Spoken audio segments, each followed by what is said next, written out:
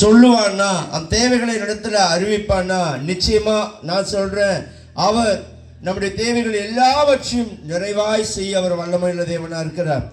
அவர் சொல்றாரு, வசனம் சொல்லுது விதமா, ஏசாயா 40:29 சோர்ந்து போகிறவனுக்கு அவர் பலன் கொடுக்கிறாராம்.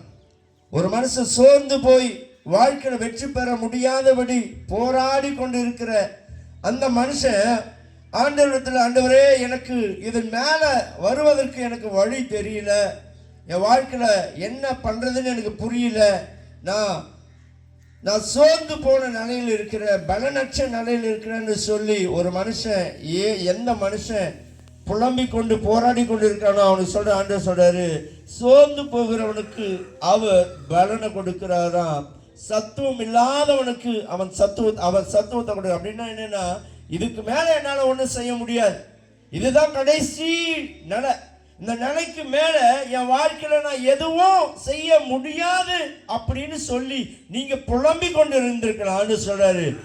அதாவது அவர் எப்படி செய்யறாருன்னா, உன்னுடைய பலவீனத்தில் என் பலன் பூரணமா விளங்கும். அப்படின்னா என்ன, உன் பலத்துல இதுவரை நீ ஓடிட்ட, உன் பலத்துல இதுவரை நீ என்னென்னவோ பண்ணி பண்ணி பண்ணி பார்த்தாச்சு, இதுக்கு மேல செய்யறதுக்கு உனக்கு பலன் கிடையாது, இதுக்கு மேல உன் வாழ்க்கையை நடத்த உனக்கு வழி தெரியாத சூழ்நிலையில திகைத்து நின்று கொண்டிருக்கும் பொழுது இப்பொழுது ஒருவர் வருகிறார், இப்பொழுது ஒருவர் உங்களை தேடி வருகிறார். அவர் தான் என் ஆண்டவராக இயேசு கிறிஸ்து. அவர் சொல்றாரு, உனக்கு நான் பலனை கொடுக்கிறேன், இதுவரையிலும் நீ ஜெயிக்க முடியாதபடி, நீ வாழ்க்கையில வெற்றி பெற முடியாதபடி தோல்வியை மாத்திரம் தானே கண்டிருந்த, இன்றைக்கு நான் உனக்கு ஜெயத்தை கொடுக்க போகிறேன்.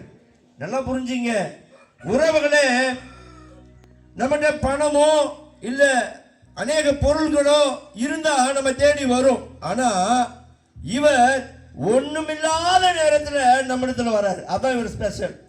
உறவுகள் நம்மிடத்துல இருந்தா வரும், நம்மிடத்துல ஒண்ணுமே இல்லைனாலும் வருகிறவர் தான் என் ஆண்டவராக இயேசு கிறிஸ்து.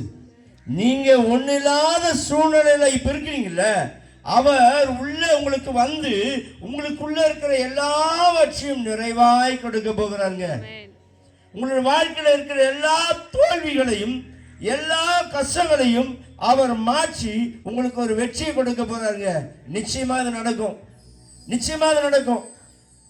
ஒரு நாள் ஒரு பல ஆண்டுகளுக்கு முன்பு நடந்த சம்பவத்தை நான் உங்களுக்கு சொல்றேன். ஒரு சின்ன பையன் இருந்தா, அந்த சின்ன பையன் சண்டே கிளாஸ்ல போய் உட்காந்து இயேசு பற்றி அந்த சண்டே கிளாஸ் அக்கா வந்து சொல்லி கொடுக்குறாங்க. அதை அப்படியே கேட்டுட்டு அவர் மறுபடியும் வந்துட்டாரு. அதுக்கு பிறகு இயேசுவுக்கும் அவருக்கும் சம்பந்தமே கிடையாது. வாலிப வயசாயிடுச்சு, கல்யாணம் ஆயிடுச்சு. கல்யாணம் ஆன பிறகு அந்த மனுஷன் திருமணமாகி பிள்ளை பெற்றெடுத்து குடும்பத்தில் ஏதோ சின்ன கஷ்டம் வந்துருச்சு. அந்த மனுஷனால ஜெயிக்க முடியல, வாழ்க்கையில வெற்றி பெற முடியல.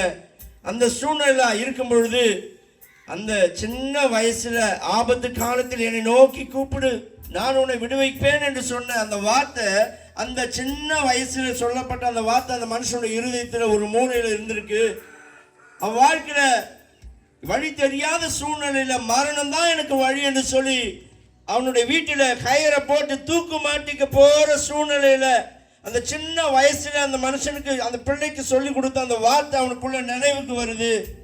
அவன் சொல்றான், அந்த அந்த அந்த கயிற்றுக்கு முன்பாக நின்று சொல்றான், ஆபத்து நாள்ல என்னை நோக்கி கூப்பிடு, நான் உன்னை விடுவிப்பேன்னு சொல்லி அன்னைக்கு அந்த அக்கா எனக்கு சின்ன வயசுல சண்டே கிளாஸ்ல சொன்னாங்கப்பா, எனக்கு நான் இப்ப ஆபத்துல தான் இருக்கேன், என் வாழ்க்கை எப்படி நடத்த தெரியல, இன்னைக்கு நீ எங்களுக்கு உதவி செய்வீர்களா என்று சொல்லி அந்த நபர் கேட்ட உடனே கொஞ்ச நேரம் அப்படியே நின்று இருக்கான்.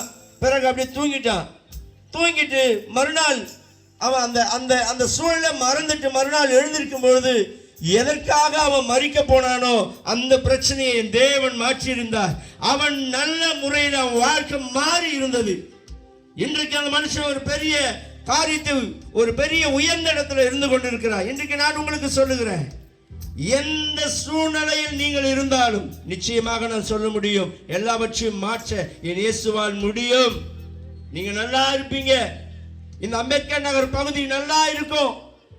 ஏன்னா மூளைக்கு நாங்கள் நின்று சொல்லிக் கொண்டு இருக்கிறோம், நாங்க நல்லா இருக்கிறது போல நீங்க நல்லா இருக்கணும்.